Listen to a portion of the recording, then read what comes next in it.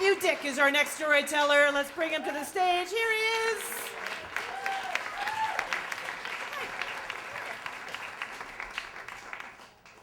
So when I was growing up in the 1980s, there was a television show called That's Incredible. It was sort of like a precursor to reality TV today. Each show would feature an ordinary person doing extraordinary and unusual events. So there would be guys pounding nails into boards with their hammers, and jugglers of knives, and flame eaters. And Tiger Woods actually made an appearance at the age of 5 because he could already shoot par, the little son of a bitch. I freaking loved That's Incredible because that's what I wanted to be. More importantly, that's how I wanted my parents to think of me. I wanted them to think that I was incredible. I had parents who didn't attend any of my events as a child. I was a pole vaulter and a sprinter and a bassoonist and a flautist and a Boy Scout and a lot of things, and my parents never attended a single track meet or a single concert or a single camping trip. My first year in organized baseball, I wasn't able to try out, so rather than getting into Little League like all my friends, I had to go to Farm League. I was 2 years older than everyone on my team and a head taller than everyone in the league. And it was a little embarrassing at first, but I freaking kicked ass in Farm League. I was a man among boys. In my first season of baseball, I was on the all-star team. I hit a home run in almost every game because the fences were like, to you.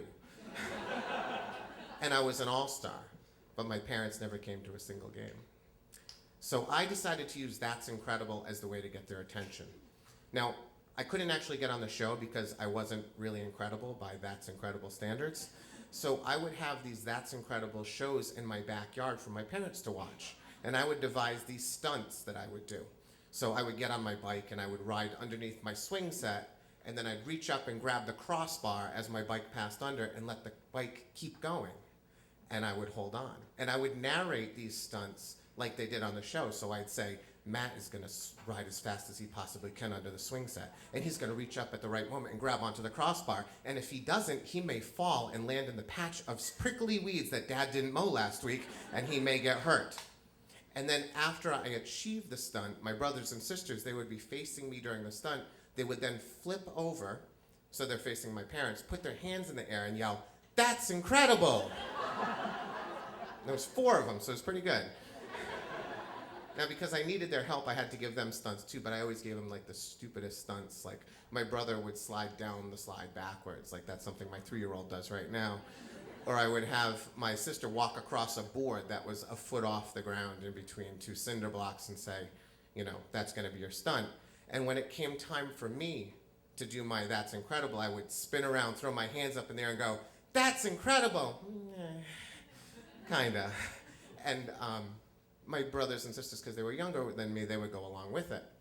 But still, I know it's surprising. My parents really didn't give me the attention I wanted from these stunts. And so I decided to raise the stakes. I saw an episode of That's Incredible where a motorcycle stuntman jumped over some flaming cars. And everyone seemed to think on the show that that was a big deal. And so I decided that risking your life for real might actually garner me some attention. So there was a barn in our backyard, and it had a peaked roof, but it also had like an addition.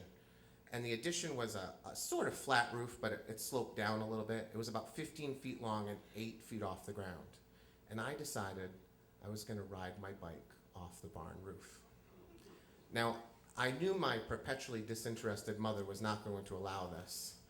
So I enlisted the support of my youngest sister. My other brothers and sisters would not allow this either. They would tattle on me because it was too dangerous, but I threatened to kick my younger sister's ass if she didn't help me, so she agreed. So I brought the bike up to the roof, which was no easy task. It's like a 40-pound bike with 2 tires. It's old. But I get it up onto the roof, and I get myself onto the bike, and I'm ready to go.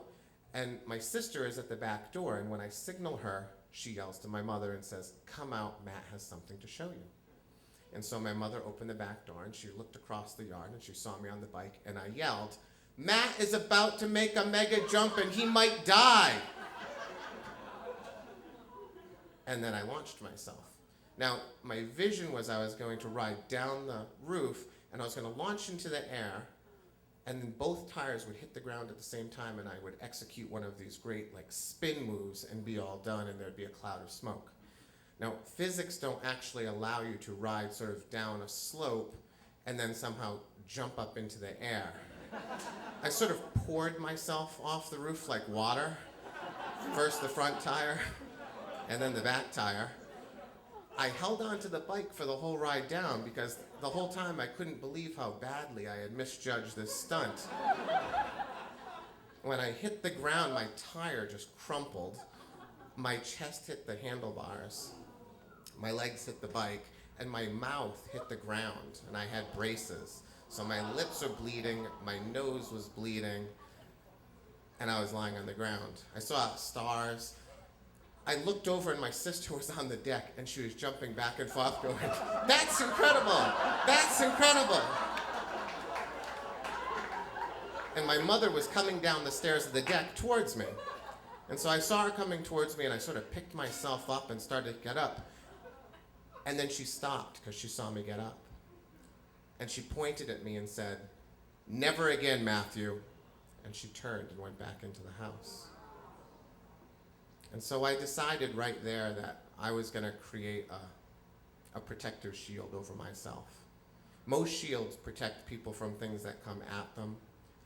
My shield was going to have to protect myself from my parents' disinterest and their neglect. And that's a harder shield to put together. But it was okay. I decided that biology shouldn't determine the amount of interest that someone shows in you. That there's a lot of people in the world, and as I was lying there and I was bloody, I just decided that I would find other people other than my parents who might find me incredible someday. And it took a while because I did a lot of very dumb things in my life, but eventually it worked out. Thank you.